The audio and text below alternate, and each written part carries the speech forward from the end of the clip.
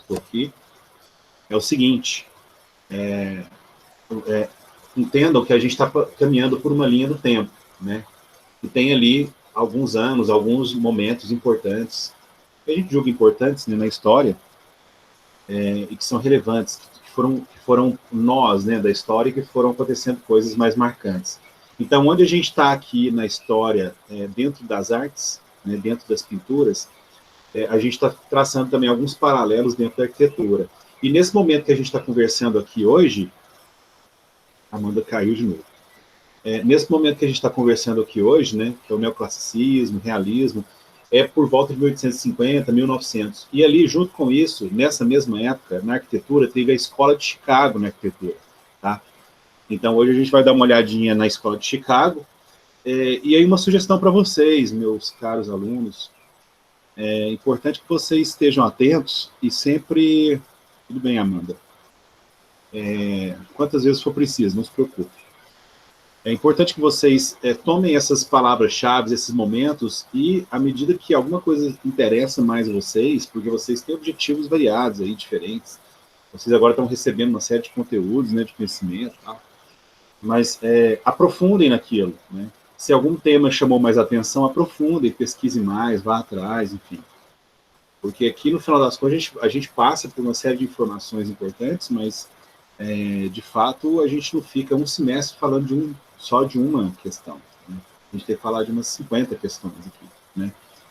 De uns 50 pontos dentro da história. Então, façam isso, né? Não fiquem... Eu sempre falo isso, né, nos vídeos, não sei se vocês lembram, em algum momento, já deve ter falado aqui também, não se peguem só nesses pequenos estalos, né, que eu estou soltando aqui dos momentos da história. Tá? Então, vamos lá. Aí a gente tem, então, essa questão da... Deixa eu só colocar meu telefone no mudo aqui, desculpa, gente. Está pulando aqui essa notificação. Só um segundo. Ok. Deixa eu ver. Então, nós vimos esses 3 pontos aqui da história na aula passada, né? 3, 4 pontinhos aqui, que estão dentro de um mesmo momento, né? Por volta de 1850, 1900. E aí também a gente chegou no que a gente chama de Escola de Chicago na arquitetura, que é mais ou menos 1850 também. E aí hoje nós vamos chegar no impressionismo. Aqui o classicismo, a gente um contraponto para fazer com o neoclassicismo, né, que a gente viu, tá? Depois aqui entrando um pouco no neoclassicismo, aí aqui falando dele, nós vimos tudo isso na aula passada, neoclassicismo, o estilo de pintura, fazendo um contraponto com a barroca, né, com a pintura barroca, que é do classicismo, né, tem essas diferenças, assim, você consegue notar pelo estilo da pintura, é um pouco mais sonhadora a barroca, né, enquanto que o neoclassicismo começa a trazer um pouco mais de realidade, mas ainda com certo romantismo, né, por isso aquele item, romantismo ali no meio, ó. Aqui, ó. E sempre misturando um momento com o outro, né, a gente não é uma coisa muito estanque, muito certinha, a gente falou disso também. História, a gente não tem assim, acabou um momento e já começa outro, tem uma data, um dia, uma hora certinha, não, as coisas vão meio que se misturando, né, em determinados momentos da história, e elas vão se definindo, vão mudando, tá? Isso é importante. Andrei Huck. Bom, barroco, aqui nós temos falando um pouco da arquitetura neoclássica também. Muito importante, né? Eu não tinha lembrado de falar isso aqui também, mas nós entramos na aula passada isso aqui. Falamos um pouco do contraponto dela com o anterior, que era barroco, rococó. Isso, na verdade, né, gente, barroco, rococó, é da teoria História 1, tá mais lá, né? Então a gente está trazendo algum conteúdo de lá para chegar no conteúdo de hoje também. Ó, o barroco hipercarregado, o barroco na fachada hipercarregada, e o neoclássico com uma certa limpeza, repetição de formas, essas colunas, esses frontões aqui triangulares, né? Então tem algumas coisas bem marcadas bem interessante no neoclássico. E a gente chega no realismo, né? A gente estamos aqui no realismo dentro da história da arte também. Perdão. Essas moças peneirando, os homens trabalhando, você vê que tem uma carga de realidade e uma pintura que é quase fotográfica, né? Olha só, é quase que um momento fotográfico ali. Esse era o realismo, ele era mais brutal, mais verdadeiro, mais seco, mais dolorido, né? Essa é e as paisagens também são muito fortes nesse momento, tá?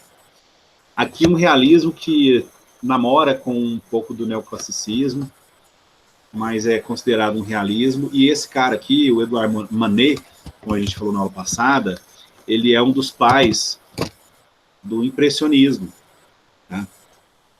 Aliás, ele nem era tão bem quisto aqui no realismo, né? Mas é um dos pais do impressionismo. Depois a gente vai ver um pouco do impressionismo, né? Aqui eu abro um arquivo depois da fotografia para falar a importância dela nesse momento da história, em que isso está no passado, né, gente? Hoje eu vou dar uma olhadinha mais nisso com vocês, tá? Ops, voltando um pouquinho aqui.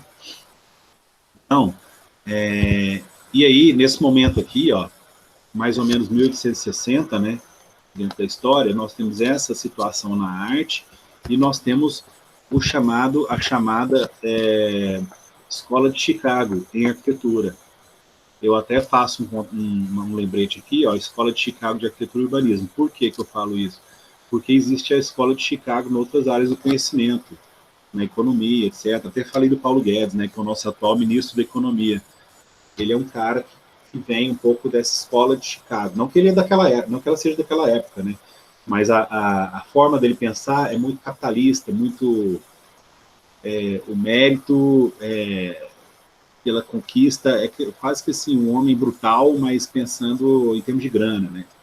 Então, a Escola de Chicago é um pouco isso. Você vence, você tem lá seus méritos e uma visão muito capitalista da coisa, né? Menos, digamos assim, menos romântica, né? Você é um batalhador, vence, é grana, e é grana, e é grana, e vai, né? Então, olha só. Vamos partir daqui agora, que a gente vai ver um videozinho falando exatamente desse momento, tá? E aí, para a gente continuar nosso diálogo, nossa conversa. Nós temos, então, a Escola de Chicago, mais ou menos 1850, tá?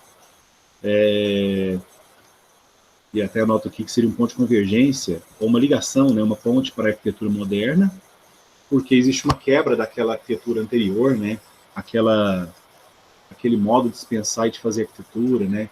Aquela coisa do neoclássico, do barroco. Então aqui a gente já caminha um pouco para a direção de muitas coisas que a gente vê hoje. Vocês vão reparar, voltando aqui para a sala de aula, que o aspecto físico, né, das obras arquitetônicas de hoje beberam muito da Escola de Chicago.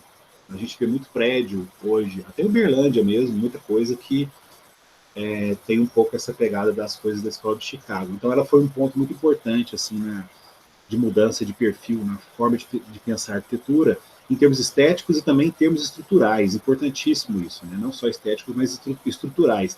E a estrutura fez com que a estética mudasse um pouco.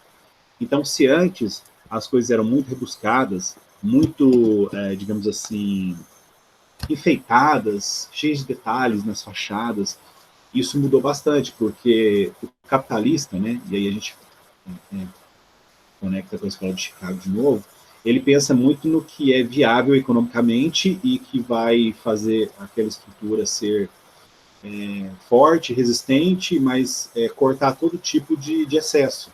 Então você não vai ter tanto enfeite, preocupar tanto com isso, você tem uma visão mais objetiva da obra. Né? Ok? Opa, deixa eu ver quem entrou aqui. Cristo, beleza. Então vamos lá. A Escola de Chicago foi preponderante no desenvolvimento da cidade no final do século XIX. Né? A gente está falando aqui no fim de 1800, início dos anos 1900. Também é conhecido como estilo comercial. Inclusive, interessante observar que foi grande influenciadora das grandes lojas de departamento. E aí a gente tem também Depois das lojas de departamento, shoppings, que a gente conhece hoje, mas antigamente não tinha shopping, tinham grandes lojas de departamento. Vocês não pegaram isso, né? Sears, por exemplo, Mesbla, acho que Mesbla, é isso o nome. Eram lojas gigantescas que vendiam de tudo, praticamente de tudo, tá? E elas tinham os departamentos lá dentro, por isso que chamava lojas de departamento. A gente vai ver um pouquinho disso também. Então, isso vem muito de uma influência da própria estrutura, né, da Escola de Chicago. Uma evolução, essas lojas gigantescas, de vãos gigantescos, que vendiam de tudo, e depois a gente chega nos shoppings. Tá? Passa a utilizar o ferro na estrutura ao invés de madeira, e aí tem uma questão importante nisso, porque houveram grandes incêndios, né, na cidade de Chicago, 2 grandes incêndios, e com isso a necessidade de uma evolução da matéria para se construir. A forma de se fazer tinha que se tornar mais segura. Então eles começaram a trabalhar muito nesse sentido, né, da prevenção para que não acontecessem mais aqueles acidentes terríveis. Produção em série, padronizações, que a gente vê muito nos dias atuais, por exemplo, né? E com isso um aumento da velocidade, né, aqui embaixo, ó, construções mais rápidas e práticas com prédios maiores.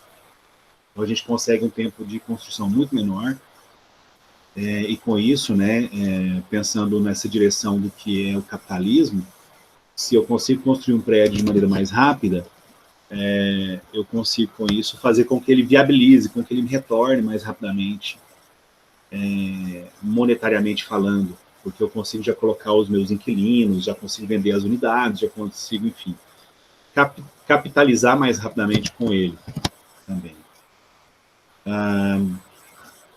É a base da construção dos arranha-céus, né? Em algum momento alguém viu aqueles prédios, né, que eram muito comuns, até 5 andares, 4, 5 andares, 6, porque não existia elevador na época. E aí, de repente, com essa evolução, né, da tecnologia que eu falo, industrial mesmo, né, e também as tecnologias voltadas para a segurança, foi possível construir prédios mais altos, né, surgimento do elevador, do telefone. O telefone você conseguia comunicar, por exemplo, do primeiro andar, uma recepcionista mandava uma mensagem que estava chegando alguém para ser recebido, e esse alguém estava lá no 10º andar, no 13º andar, e aí vai.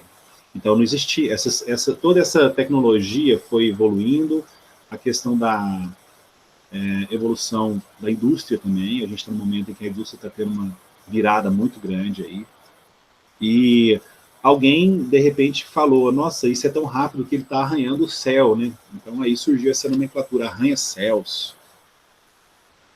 A gente vê hoje de maneira até meio automática, nem pensa, né? Que são riscos, né? Que são riscos que saem do chão, que são os prédios, e que arranham o céu, porque parece que encostam nos céus. Mas hoje, com arranha-céus assim, gigantescos, né? Naquela época, coisa de 10, 13 andares. E aí a gente tem esse Frank Lloyd Wright, que é um dos caras aí da Escola de Chicago, mas tem outros tantos, né? E a gente vai ver alguns aqui nesse vídeo, tá bom? Vocês podem ver que na Escola de Chicago tem uma repetição de alguns itens constantemente. E, basicamente, ela vai e volta o tempo todo, logicamente, para poder suprir uma necessidade que estava em torno, especialmente, da segurança. Eu diria que essa grande evolução da Escola de Chicago, e aqui já voltando para a apresentação do PowerPoint aqui que eu preparei também, essa revolução, essa evolução, enfim, ela se dá em torno principalmente desse cuidado com a segurança na construção dos edifícios. E a partir disso foi possível, então, o avanço, né, para unidades mais altas, mais bem elaboradas nesse sentido, né, porque a estrutura se tornou mais firme, mais forte, mais resistente, mais segura, e com isso foi possível, então, fazer com que os prédios crescessem. Aqueles vãos inteiros, né, se antes eu tinha que colocar muitas paredes, muitas vigas de concreto armado, agora eu conseguia construir vãos gigantescos através de estruturas de ferro, que me permitiam esse afastamento, né. É interessante observar o concreto, né, moçada? Isso acho que vocês vão ter na aula de mais assim, estrutura, alguma coisa nesse sentido, tá? Mas o concreto, vou fazer com a mão aqui que é fácil de entender. Ele é um elemento extremamente, vixe, fiquei verde, hein? Ele é um elemento extremamente resistente, né? Eu vou pegar o telefone aqui, ó. Então, se eu aperto, eu estou apertando o telefone, né? O concreto, ele é extremamente resistente para suportar pressões muito fortes. E só que ele é uma casquinha de ovo se eu puxo ele, né? Quando eu puxo o concreto, ele quebra facilmente. Então, com essa evolução, né, da indústria e essa entrada de uma necessidade de prédios mais seguros na Escola de Chicago, enfim, que foi depois chamada de Escola de Chicago, né, inicialmente não foi denominado assim, foi possível juntar esse movimento do concreto com o movimento do aço, né? Então, o que era feito? Né? Como o concreto é muito forte na compressão, eles faziam estruturas, esticavam, né? É claro que a olho nu a gente não vê isso, né? Não é igual uma borracha que você puxa assim, mas estica-se o aço, concreta aquele aço com cimento, obviamente, com concreto, né? Faz o e depois solta o aço. Aí o que acontece? O aço volta para sua posição original ou próxima da original, com o concreto ali. Com isso você tem vigas, né? E você tem lajes ou estruturas infinitamente mais resistentes, muito mais poderosas, para suportar muito mais peso. Olha que legal isso. Vocês vão ver isso lá na frente, tá? Não sei se você vai ter nessas aulas aí, não é aqui. Mas só para vocês entenderem, né? Antes da entrada do aço, a altura dos prédios, como é que as estruturas elas tinham que ser feitas, e depois da entrada do aço, né, do concreto armado, que a gente fala, né, que é o concreto com aço, como isso evoluiu. Então, você podia fazer estruturas fininhas, leves, que tinha concreto e aço ali dentro, liga de aço, que suportavam muito, pesos infinitamente maior do que as estruturas pesadas, feitas só de tijolo concreto, muitas vezes madeira, né, como a gente viu aqui inicialmente, como eram feitos os prédios anteriormente. Tá? Vixe, parece que vocês... A Isabela saiu, deve ter caído a conexão. Beleza. Então, gente, olha aqui. Saindo um pouquinho do meu vídeo, indo lá para a apresentação. A gente tem esses prédios... Então, se anteriormente nós temos estruturas mais baixas, né, nós temos posteriormente estruturas mais altas. E aí foram chamados de arranha-céus, como a gente comentou ali anteriormente. Uma coisa interessante a se observar é que os vãos, né, então as paredes eram substituídas por grandes janelas e isso tornava também um prédio bem mais leve. Na Escola de Chicago tinha uma briga do passado com o futuro, digamos assim. Olha aqui embaixo, depois a gente vai ter uma foto de detalhe ali, mais para frente. Mas aqui embaixo nós vemos uma fachada toda rebuscada, ainda cheia de elementos, que era uma remontagem dos momentos da arquitetura e da arte anteriores, né, também. Quando a gente vê lá nas obras mais clássicas, nos edifícios mais clássicos, né, no próprio rococó, no próprio barroco, então tem muito enfeite. Mas, então, na Escola de Chicago, a gente tem um pouco disso ainda, mas a gente já caminha para uma estrutura bem mais limpa, de linhas mais retas, e vãos bem maiores, né, enfim, vãos nas paredes. Olha só esse prédio, por exemplo. E aqui, ó, eu até faço um lembrete, né, fazer paralelo com alguns prédios do centro de Uberlândia. Por que eu vou fazer isso? Esse aqui é um prédio que bebe muito, né, que está, né, associado à Escola de Chicago e que nos influencia muito nos tempos de hoje ainda. Então você vê pouquíssima estrutura, né, e grandes janelas, vidros, nesse caso aqui, vidros fixos, e você tem aqui essas janelinhas, ó, que você abre. Agora o nome fugiu, me ajudem aí, essas basculantes que abrem para poder ventilar lá dentro do prédio. Né? Como é que chama isso, gente? Agora são janelas basculantes, né, que abrem e ventilam. Desculpa, agora o nome fugiu totalmente. Mas não é um problema. Aqui a ideia é que vocês vejam exatamente essa estrutura, né? Praticamente é um esqueleto. Tem alguns enfeitezinhos aqui, que é essa luta do passado com o futuro, né? E grandes vãos, grandes vidros, grandes janelas. Os prédios de Uberlândia eu joguei lá pro finalzinho, tá? Essa aqui é uma foto daquele edifício que ela comenta no vídeo, né? Esse ainda com muitos arabescos, muitos enfeites aqui na fachada. Aos poucos isso foi morrendo, isso foi se transformando em fachadas bem limpas, bem lisas. Por quê? É uma questão econômica também, né, gente? Não é uma coisa viável você fazer isso aqui. Requer um investimento muito grande também. Então, na verdade, esse é o Guarantee Building, né? Guarantee Building. E ele tem essa cor justamente pelo material que foi utilizado também. Eu até falo o nome da cor lá, agora também fugiu aqui. Só voltando aqui, ó. Reparem, esse prédio aqui, ó. Esse prédio e essa fachada. Essa fachada é exatamente essa aqui, ó. Olha que coisa maravilhosa. É muito bonito, né? É muito bonito.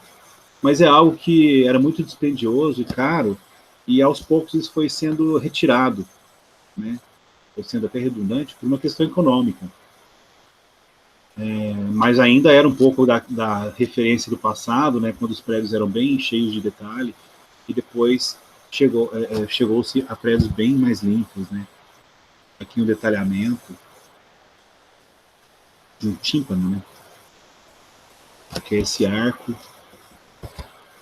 dentro da ideia da escola de Chicago. Olha só, o concreto armado, né? Que interessante. Que é são os metais todos entrelaçados. Para quem já acompanhou alguma obra, e quando vai fazer as vigas, né, da casa, qualquer casa, né, tem um pouco disso. Você faz as colunas de sustentação, logicamente não nesse grau de complexidade, uma coisa bem mais simplificada por uma questão de peso, né? Aqui são estruturas gigantescas, então você precisava realmente ter muito metal, concreta, isso daqui, joga o concreto, e você tem uma estrutura extremamente rígida, muito forte. Então, aqui, por exemplo, pode-se utilizar essa técnica, né, de esticar o ferro para um lado, para o outro, concreta, e quando você solta o ferro comprime o concreto, e aí ferro e concreto se torna uma estrutura muito mais poderosa, muito mais forte, muito mais reforçada. Aqui algumas fotos interessantes, né? Você acha milhões dessas fotos aí na internet, muito legal. Vai no Pinterest e você acha lá um monte dessas imagens. Coloca lá Escola de Chicago Arquitetura no Pinterest. Aí você vai ver um monte desses caras fazendo poses mesmo, né? Os operários. É interessante que tem uns desdobramentos, né, dessas coisas, por exemplo. Aí você tem uns links que vai para a moda e tem a história do macacão. Macacão que surge, que surge um pouco nesse momento aqui também, né? Mas aí já tendo uma pegada mais da moda. Macacão, jeans, isso era tudo roupa de operário, né, moçada? A gente usa o jeans hoje para ir nas festas. Isso era roupa de operário, era uma roupa resistente.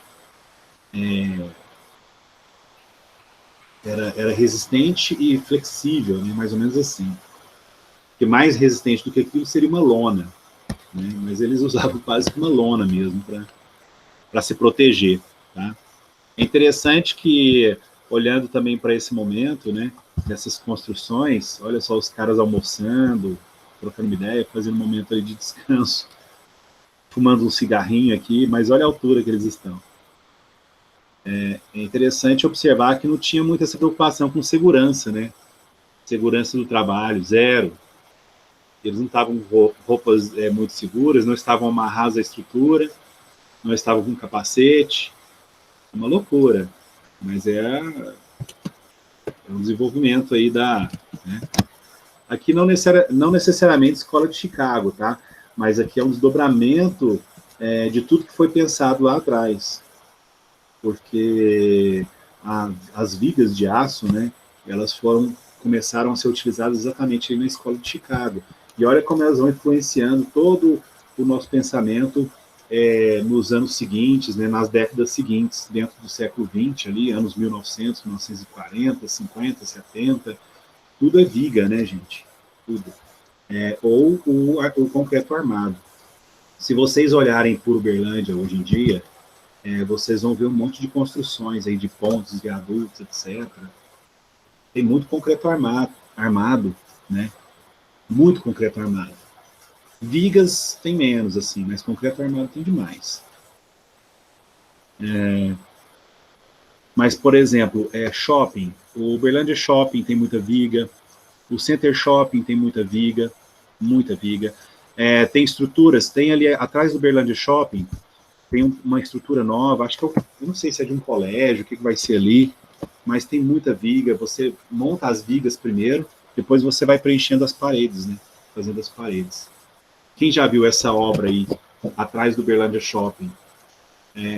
Tá surgindo um monte de obras ali, de prédios, enfim. Então, é bacana dar uma voltinha por aí e observar essas coisas, viu, moçada? Então, dá uma voltinha lá no Uberlândia Shopping, mas não entra. Vai naquela rua que vai para os condomínios ali. Isso, tem um hotel na esquina, esse hotel é na esquina, né, Samanta, ali na frente.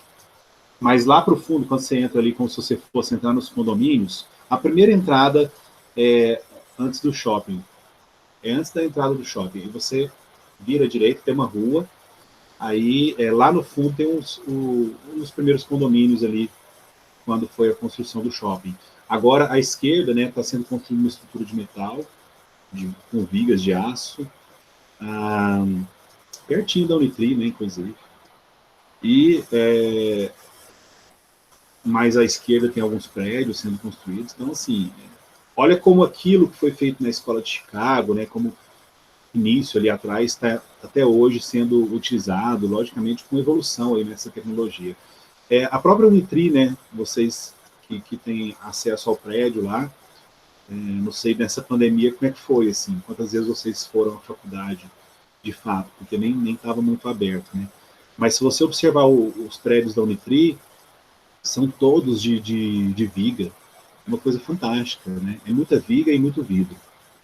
Assim, uns parafusos gigantescos, né? Umas porcas e parafusos gigantescos.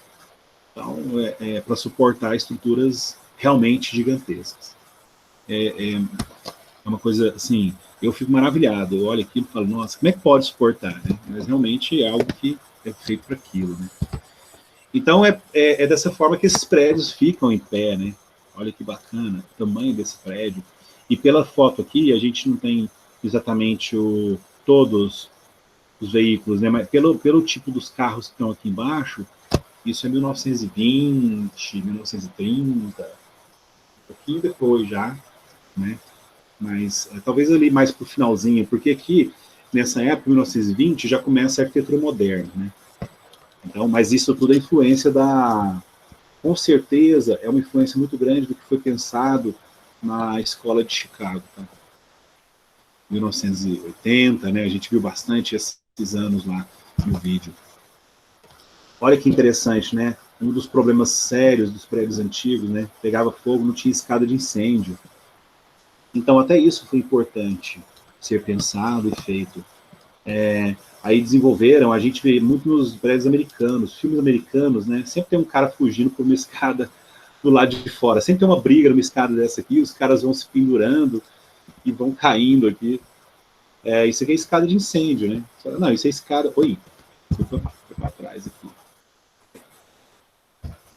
Mas isso é uma escada, é a escada do prédio. É porque assim, os prédios muito antigos não tinham as escadas protegidas. Então, se o prédio pegasse fogo, matava o povo lá dentro, né? Assim, não tinha como, se você estivesse no terceiro, no quinto, no quarto, no sexto andar, não tinha como você sair. Às vezes estava pegando fogo no segundo andar. Como é que você ia passar ali por uma escada que estava no meio do incêndio, né? Não tinha o que a gente tem hoje nos prédios. Toda essa proteção, porta anti-fogo, né? porta antitérmica também, as escadas com um túnel protetor, né? Porque hoje a gente tem, né? Vamos lá, só para vocês entenderem, mais ou menos, vou fazer com a mão aqui. Então, nas construções de prédio hoje, a gente tem, vamos chamar de dutos, né? Que são os apartamentos. Nós temos o duto, que é o duto do elevador. Então, lá dentro do duto do elevador tem uma proteção também, de certa forma, contra incêndio. E nós temos as escadas, né? As escadas é como se fosse um duto também, lá dentro é feita a escada, e as escadas têm toda uma proteção, tem a porta que entra na escada, depois você tem um hall entre a escada e o duto do elevador ali. Então esse hall ele é para proteger contra fumaça e contra calor, e depois você entra propriamente na escada, né? Geralmente nesses halls em que tem duas portas, né? Uma porta que dá acesso às entradas do apartamento, outra que dá acesso à escada. Nesses halls tem umas janelinhas, assim, como se fossem umas pequenas venezianas para ventilação. Então a pessoa, se ela tiver num incêndio, situação de incêndio, ela sai do apartamento, ela vai para esse primeiro hall, ela tem uma proteção da primeira porta contra calor e fogo, e ali, nessas janelinhas, corre um ar puro, então você respira, né, ali um ar melhor, depois você vai para a porta, passa para a escada, e você pode, então, passando para a escada, você foge para baixo, fugindo do incêndio. Isso tudo foi pensado a partir desses grandes incêndios, principalmente, né, gente, em termos de segurança, esses grandes incêndios ali de Chicago, que era um problema sério. E ainda assim, né, a gente viu no Brasil, no Rio de Janeiro, tem vídeos aí terríveis de incêndios de prédios. Prédios mais antigos, né, ainda não tinham soluções de incêndio muito bem elaboradas. Ainda, nós estamos falando de prédios de 1940, 50, 60, aqui no Brasil, também na Europa, nos Estados Unidos, porque além disso tudo, além das portas anti-chamas, antitérmicas, né, para você não queimar a mão quando você vai empurrar a porta, além disso tudo, tem uma questão também dos hidrantes. Você pode ver que hoje em dia tem mais hidrantes, né, que são aquelas torrezinhas vermelhas que ficam nas calçadas aí em Uberlândia. No centro de Uberlândia a gente vê bastante hidrante. Então, o hidrante é um sistema de segurança para ajudar a combater incêndio em prédios. Os próprios carros de bombeiros tiveram que desenvolver escadas, né? Então, escadas mais altas. E aí nós temos aquele também chuveirinho, né, que a gente vê muito em hotéis, geralmente hotéis ou prédios de escritório, e também nos corredores dos prédios residenciais.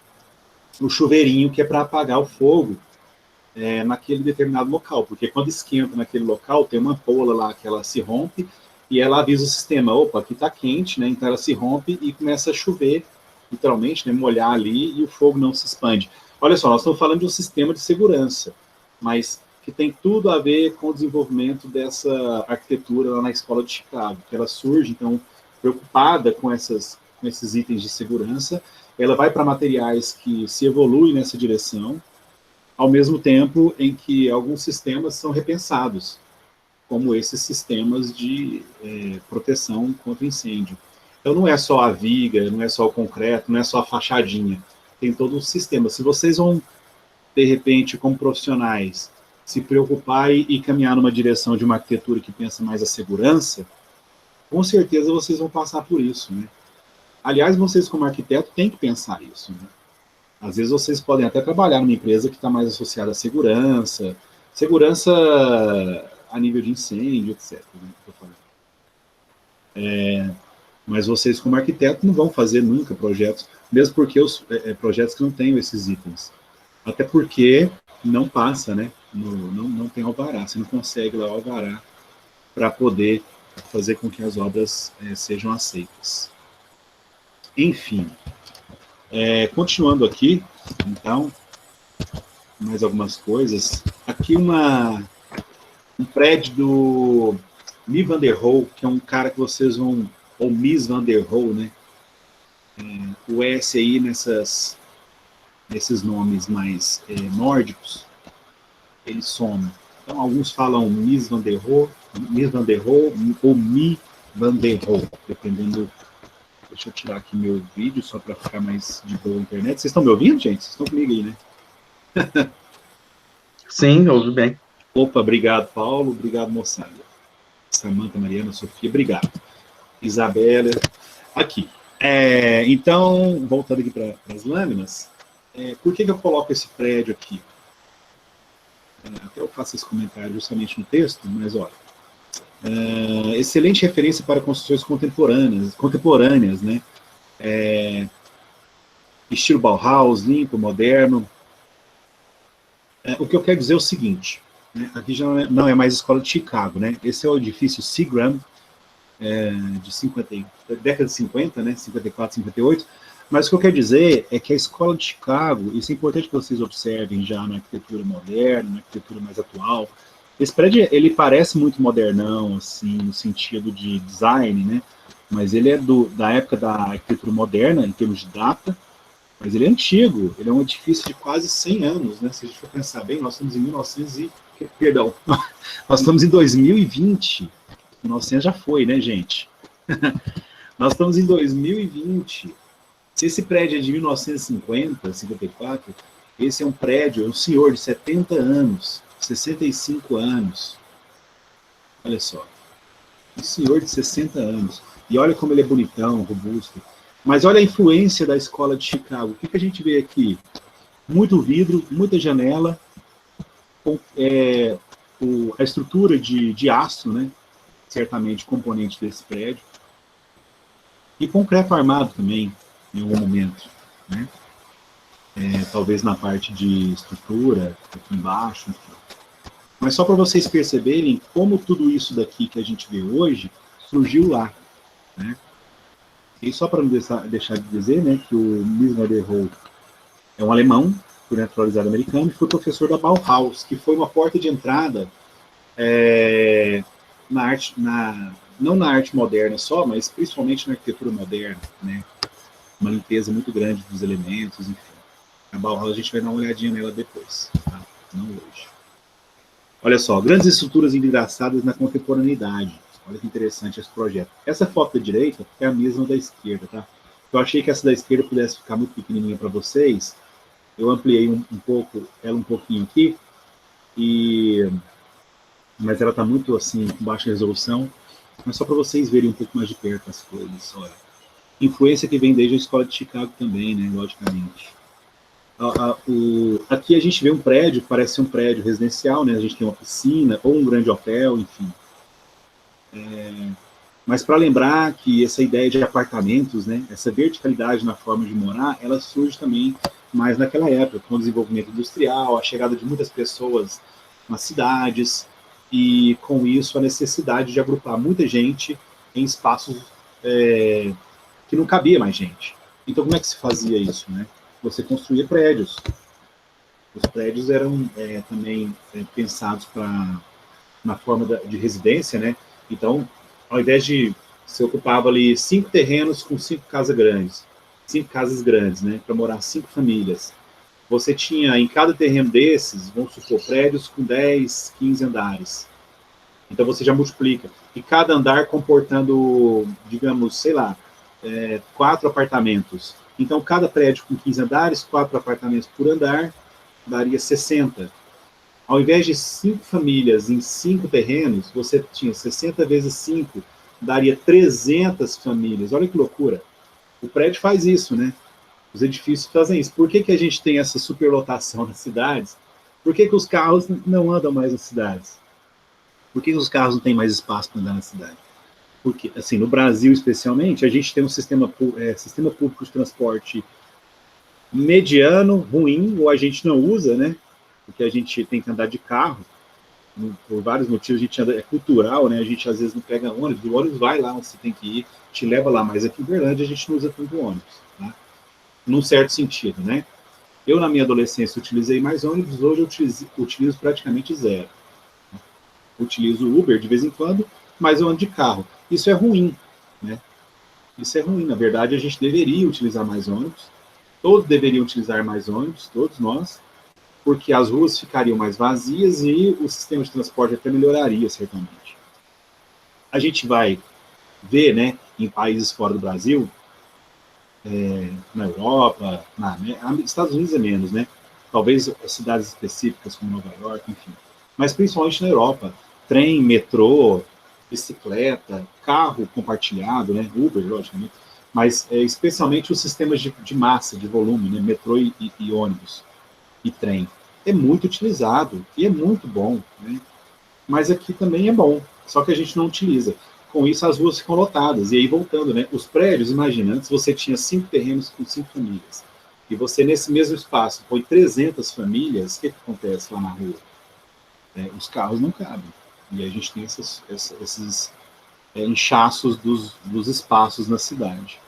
Né? E isso vem, né? Especialmente depois, ali no momento da Escola de Chicago, desenvolvimento industrial, muita gente para a cidade, trabalhar nas cidades, saindo do rural para a cidade, especialmente ali nos Estados Unidos, tá? Nesse momento. Estou falando do Brasil. E a gente tem esse movimento também demográfico, digamos assim, movimento de pessoas. Tá? Saindo do vídeo aqui de novo, indo lá para as lâminas. Aqui, gente, é uma foto minha de um prédio. Olha que foto bonita. Brincando, tá? Essa foto eu devo ter feito em mais ou menos ano 2009, 2008, 2009, tá? Eu, como pesquisa, saía por aí, por Uberlândia afora, fazendo uma série de fotografias, né? Tanto na área do campo das artes visuais, da fotografia, quanto na parte de arquitetura. Mas se a gente observar esse prédio, por que eu trouxe essa foto para vocês? Não é para falar que a foto é bonita, não, que eu sei que ela está bonita, muito bonita. Na verdade, eu trouxe essa foto para vocês verem o estilo do prédio. Esse aqui é um prédio, década de 70, 80, em Uberlândia, tá? E olha só como ele bebe da fonte lá da Escola de Chicago. Nós temos... não tem tanta questão da viga, tá? Aqui, mas a gente tem a questão do concreto armado, com certeza. E nós temos a questão dos vãos, né, das janelas, ó. Pouca parede. Então, por quê? As vigas sustentam, né? Nós temos aqui essas colunas e nós temos a laje, mais ou menos nessa parte verde aqui, tem a parte do chão, né? Das unidades aqui. Então, aí tem as lajes. Se você tira as janelas aqui, ele vira um esqueletinho de linhas verticais e linhas horizontais. É isso que acontece. Voltando aqui para a foto. Isso é 100 anos depois da Escola de Chicago, no Brasil, em Uberlândia. Isso é essa ideia que surge lá atrás, na Escola de Chicago. Aqui também, mais ou menos, acontece de um jeito diferente, algo parecido. De um jeito diferente, algo parecido é ótimo. Né? Dá para entender? Mas a gente tem colunas, nós temos as lajes e grandes áreas envidraçadas, olha. Esse prédio aqui, salvo engano, deixa eu ver onde que é esse prédio aqui. Acho que esse edifício aqui é um edifício em frente ao fórum. Acho que é isso, eu não tenho certeza, tá? Agora não tenho certeza, tem umas bandeiras aqui, os mastros, né, para ter umas bandeiras. Ah, não, acho que esse prédio aqui é ali na Santos Dumont, onde antigamente era a Secretaria do Praia. Agora eu não estou lembrado. Sinceramente, eu não estou lembrado. Vocês estão me ouvindo, né? Sim, estamos te ouvindo. Obrigado. Sim. Obrigado. Às vezes eu vejo um movimento aqui e parece que eu caí, mas acho que alguns de vocês, às vezes a internet cai também, dá uma saída, depois volta. Enfim. Olha aqui o Chames. Quem conhece esse prédio aqui, no centro de Uberlândia? Edifício Chames, fica em cima da loja americana, ali na Praça Tubal Vilela. Olha a quantidade de vida desse prédio. E você fala assim, mas cadê a estrutura dele? Aí uma coisa interessante, né? A estrutura começa a ficar atrás dos vidros.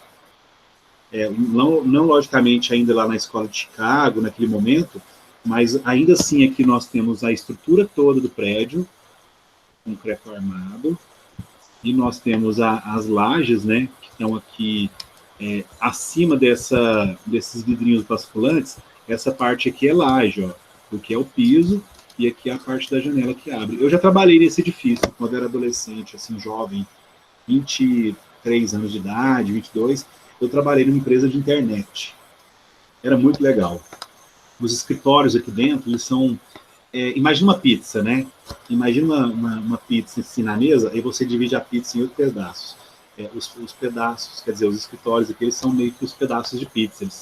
Eles têm uma portinha lá na frente e eles se abrem na diagonal, assim, como se fosse um triângulo, né? Pedaço de pizza. E lá em cima você tem uma vista, uma varanda, que antigamente você rodava aqui 360 graus para ver Uberlândia de todos os lados. Hoje acho que ela tem uns rompimentos. Mas é possível, conversando com os porteiros, que são gente boa, vocês podem ir lá em cima fazer fotos de Uberlândia. Cuidado, viu, moçada? Não vacila não, mas assim, dá para ir lá em cima e rodar pelo telhado todinho do prédio, fazer fotos de Uberlândia. Já fiz alguns ensaios fotográficos lá em cima, como fotógrafo, viu? Não como modelo. Então percebam, eu trouxe essas imagens para vocês, dos prédios de agora, né?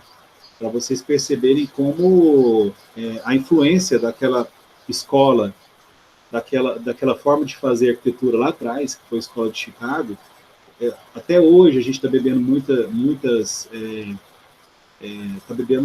de muitas informações daquilo e trazendo para as obras atuais. Isso só para falar de Uberlândia, né? Se você colocar prédios no Brasil inteiro, aí você vai ver um monte de coisas nesse sentido também, tá?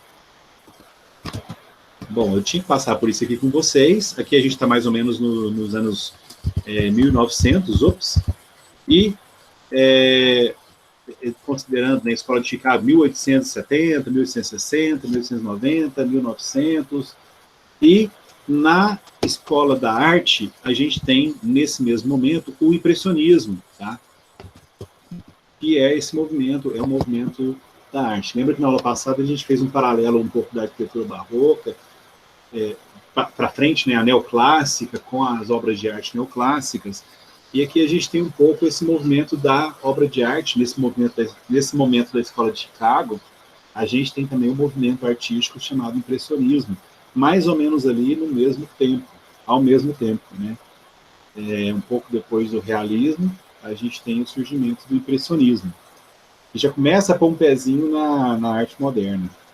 Vamos dar uma olhada rapidinho no impressionismo aqui, e aí eu já libero vocês. Não sei se vocês já estão cansadinhos de me ouvir, de me ver. Ah, Paulo, obrigado. Simetria. Sim, com certeza. Essa simetria, na verdade, ela vem ali no neoclássico, né? Na arquitetura neoclássica.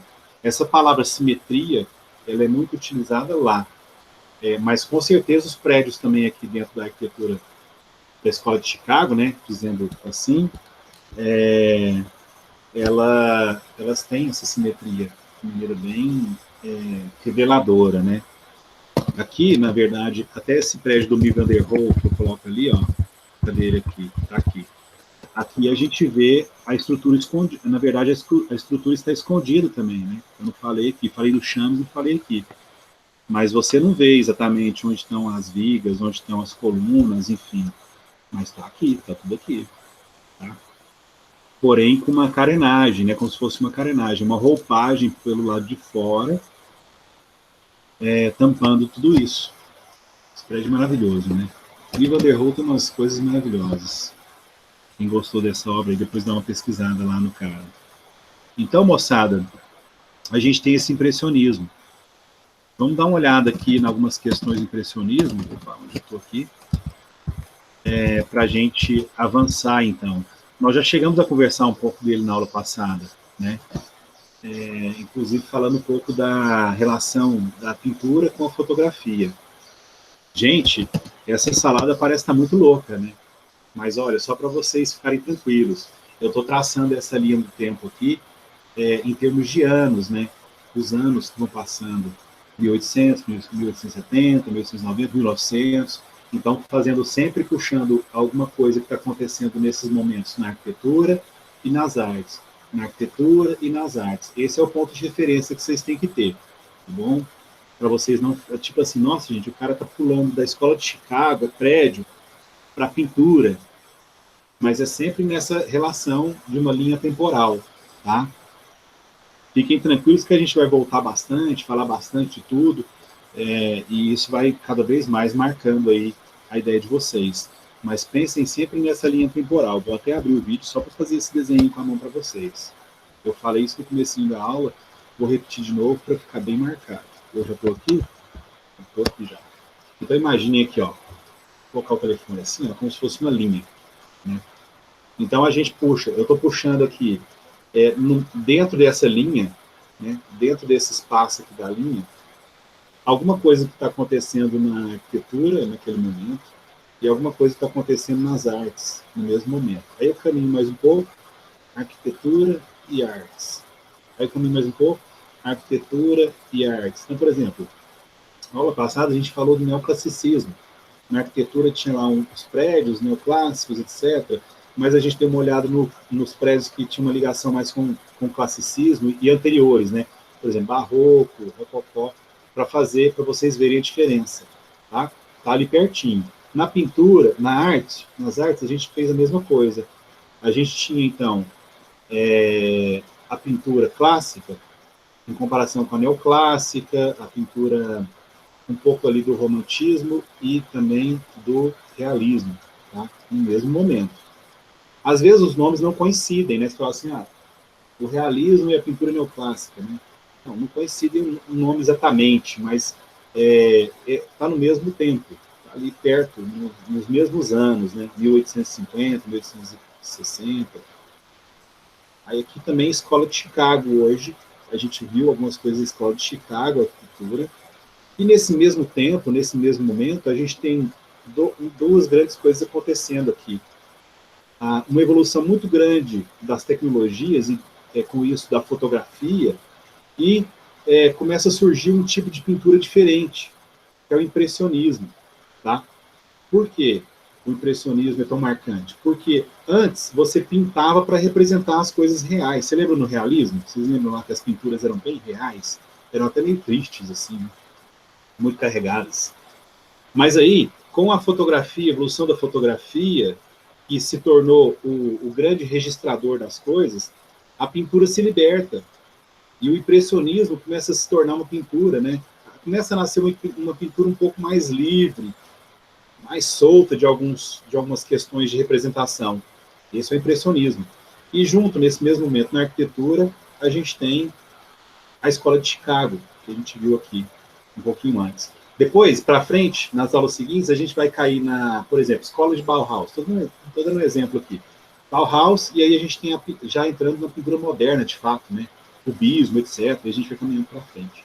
Só para vocês se situarem um pouco aqui, acho importante sempre voltar nisso para trazer vocês aqui de novo para a nossa linha temporal, tá bom? Porque é muita informaçãozinha mesmo. Então, continuando aqui, para a gente caminhar um pouco para o nosso fechamento, a gente tem essa... Oi, onde que eu estou? Beleza. A gente tem, então, essa ideia do impressionismo, que é um movimento artístico, e, tal como o nome diz, né, gente, antes de falar aqui, de ler e comentar esse texto, vocês devem guardar, na minha forma de pensar, que é uma forma fácil, assim, para vocês, então, guardarem também, o nome impressionismo vem exatamente de impressão, tá? Como se fosse impressão daquilo que eu estou vendo e, ao mesmo tempo, velocidade. Impressionismo tem um pouco essa coisa da velocidade, tá? De fazer rapidamente aquilo que eu estou vendo, de imprimir rapidamente na tela, que os caras estão pintando, né, aquilo que eu estou vendo. Fiquei Hulk de novo. Vou tirar aqui, que às vezes volta ao normal. E vamos lá para a lâmina. Olha. Então, o impressionismo é uma arte visual onde a representação do que se vê é o tema central das obras do movimento. Movimento, essa palavra movimento, gente, é movimento artístico, tá? Então, nós temos vários movimentos artísticos na história da arte. Voltando aqui um pouquinho com vocês, acho que é bom a gente ter clareza sobre essas terminologias, né? Então, quando a gente olha na aula passada, barroco ou neoclássico, neoclassicismo, depois tem romantismo, realismo, e hoje a gente está no impressionismo. Tudo isso são movimentos artísticos, tá? A gente chama de movimentos artísticos. Por isso essa palavrinha, movimento aqui. Oi. E vídeo. Vamos lá.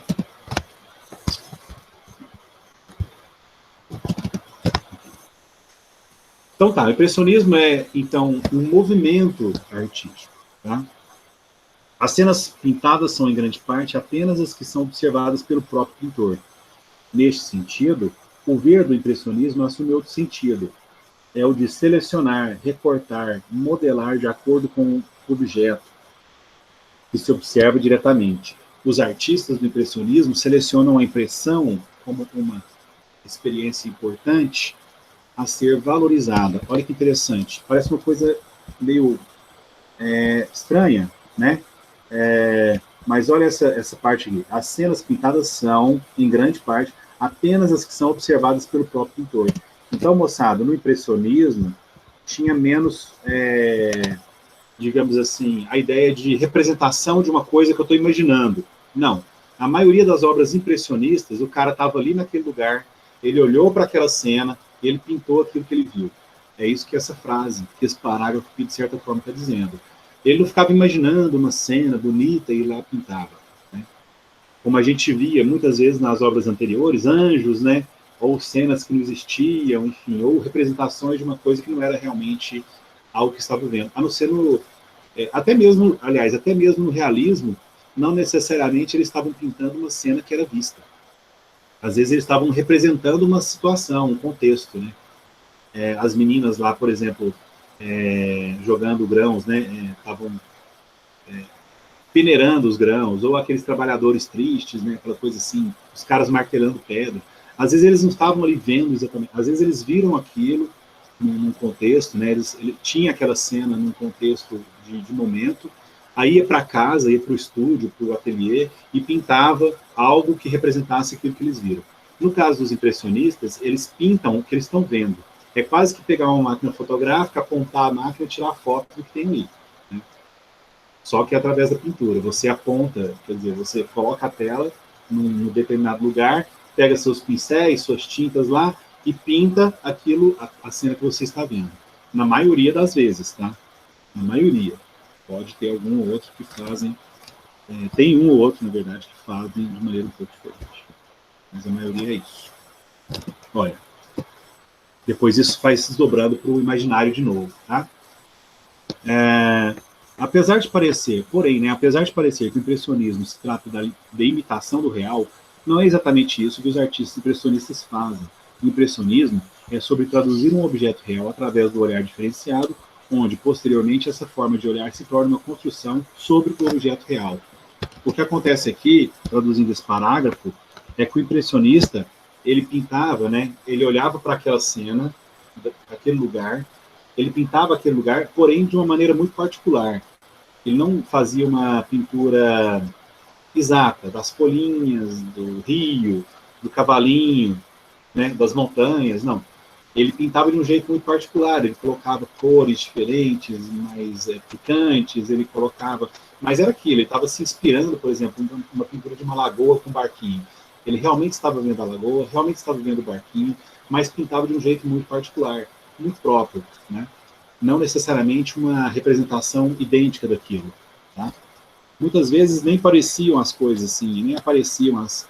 Você via que era um barquinho, mas barquinho meio borrado, né? Você via o sol, mas um sol borrado, a água borrada, como a gente vai ver aqui já já em algumas imagens. E aí a gente tem, então, também... Os impressionistas buscavam retratar os objetos através do contraste de cor e luz, onde as próprias pinceladas deles, né, se tornam uma marca de luz e sombra na tela. A pincelada do impressionismo deixa uma marca na tela, como se fosse a letra do autor. O seu relevo, deixado na tela propositalmente, faz com que a luz e a sombra estejam presentes em cada pincelada. A sensação, elemento fundante do impressionismo, deixa de ser puramente fisiológica e passa a ser construída e deliberada. Vamos para frente aqui. O impressionismo, em primeira instância, se utiliza da paisagem como objeto único e central no quadro, que é o que a gente falou anteriormente, né? Basicamente, você olha a paisagem e representa ela, né? Seria durante o realismo que surgiria a paisagem como tema central de pinturas e quadros, tendo caráter especialmente referencial. O impressionismo é a técnica pictórica que levou os artistas a representarem da melhor maneira a impressão visual da realidade. Então, ele até fala que no realismo teve um pouco essa coisa da paisagem, de fato a gente viu na aula passada isso, né, no realismo, vou até voltar algumas imagens para vocês verem de novo, porém feito de um jeito mais, como o próprio nome diz, né, realista. E aí, lá no impressionismo, a paisagem também é importante, porém feito de um jeito mais rápido, umas pinceladas mais rápidas, mais dinâmicas, e uma despreocupação em fazer da coisa, daquilo que você está vendo, algo real, que você vê de fato. Vamos ver aqui, ó, por exemplo, voltando aqui, rapidinho eu chego lá, olha, realismo. Tá? Isso aqui é realismo. Então você tem aqui, principalmente, a paisagem. Tá? Como ele falou ali, ela surge bastante no realismo. Essa paisagem, o artista que pintou aqui no realismo, ele não estava lá com a telinha e os pincéis vendo esses homens trabalhar ali em tempo real e pintou isso daqui. Não. Ele tem a pintura de um contexto. Ele pinta um contexto. Aqui é a mesma coisa. Ele não estava lá, viu os bois, os cavalos, essas pessoas todas passando aqui, mas ele pinta um contexto daquele momento histórico. Ele está lá no seu estúdio, seu ateliê, aí de memória ele tem essas cenas, né? Na mente. Os caras eram fodas, né? Olha que perfeição esse boi. Olha que perfeição tudo aqui, né? O cachorro, o cavalo, a perspectiva, mas assim, ele não estava ali naquele momento.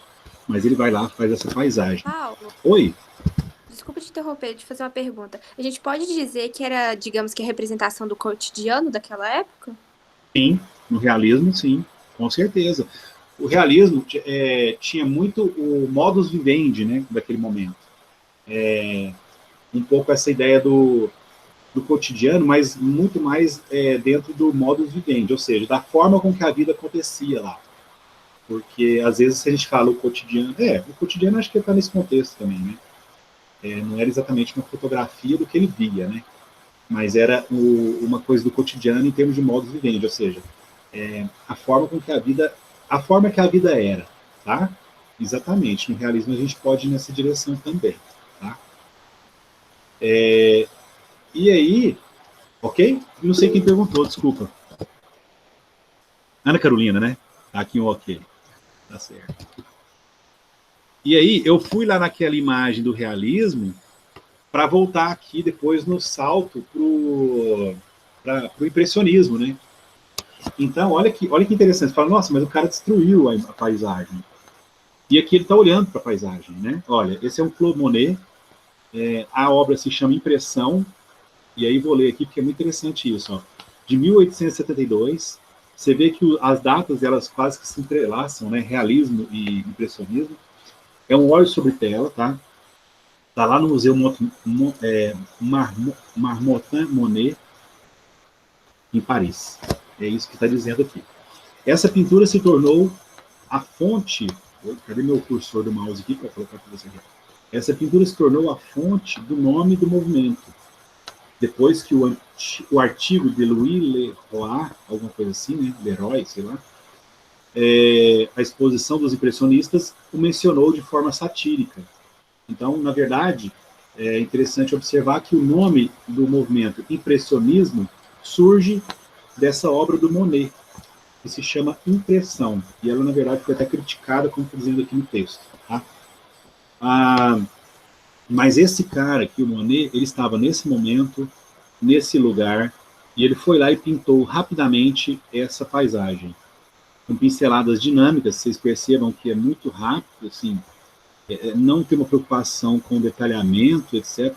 Você vê que um barquinho, uma pessoa, o reflexo do sol, um sol ali, uma coisa meio nublada, né? Meio ou fim de tarde ou amanhecendo, né? Se for pensar na cor laranja, ela está mais para amanhecer do que fim de tarde. Perdão, ao contrário, é fim de tarde do que amanhecendo, se a gente pensar na luz Kelvin, né, do sol. E aqui tem, então, uma paisagem representada pelo Monet, uma das imagens mais... eu coloquei maior para vocês verem. Uma das imagens icônicas aqui, do impressionismo. Tá?